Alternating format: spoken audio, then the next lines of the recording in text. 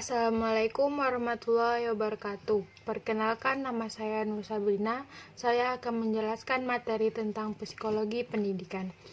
Pengertian psikologi pendidikan. Psikologi yang berasal dari kata jiwa dan ilmu mengidentifikasi pengertian keilmuan tentang jiwa atau psikis. Memasuki abad ke-19, para ahli pada mulanya mempertanyakan pengertian definisi tersebut karena jiwa tidak bisa diamati atau dibuktikan keberadaannya.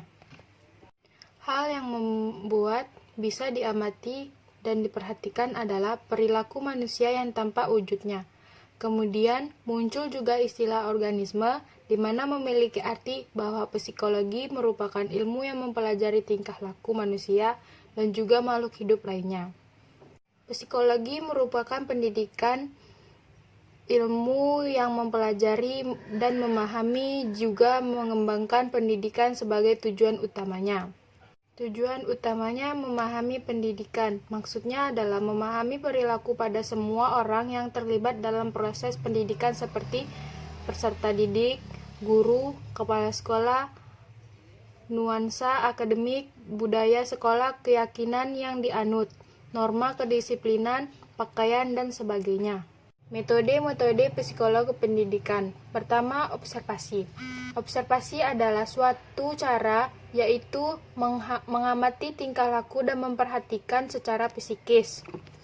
Yang kedua, metode seperti tugas atau tes. Metode tes yaitu dengan mempertanyakan pertanyaan-pertanyaan yang diberikan seperti mengerjakan tugas.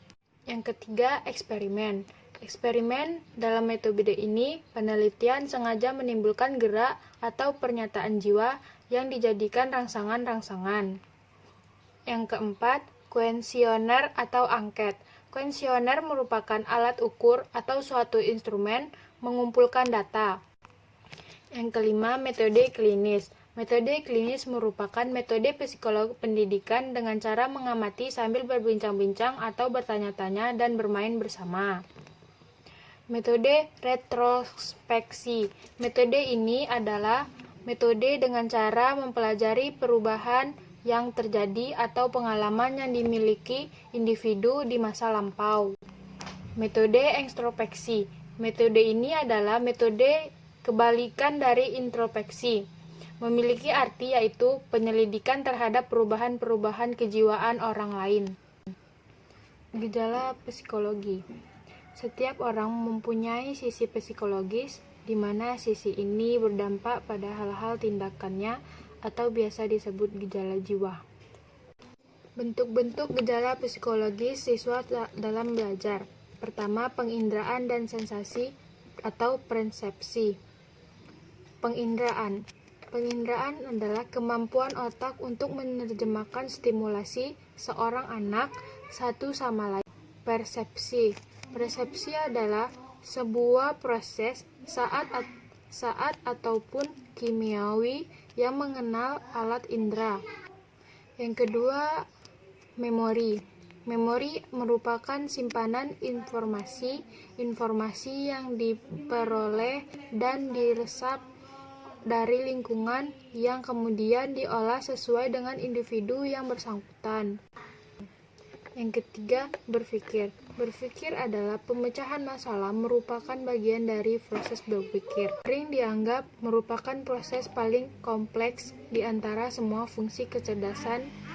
Pemecahan masalah telah didefinisikan sebagai proses kognitif tingkat tinggi. Yang keempat, inteligensi adalah kesanggupan untuk berpikir. Inteligensi adalah kesanggupan jiwa untuk dapat menyesuaikan diri dengan situasi. Inteligensi adalah kesanggupan jiwa untuk dapat menyesuaikan diri dengan situasi. Inteligensi adalah kesanggupan jiwa untuk dapat menyesuaikan diri dengan situasi baru.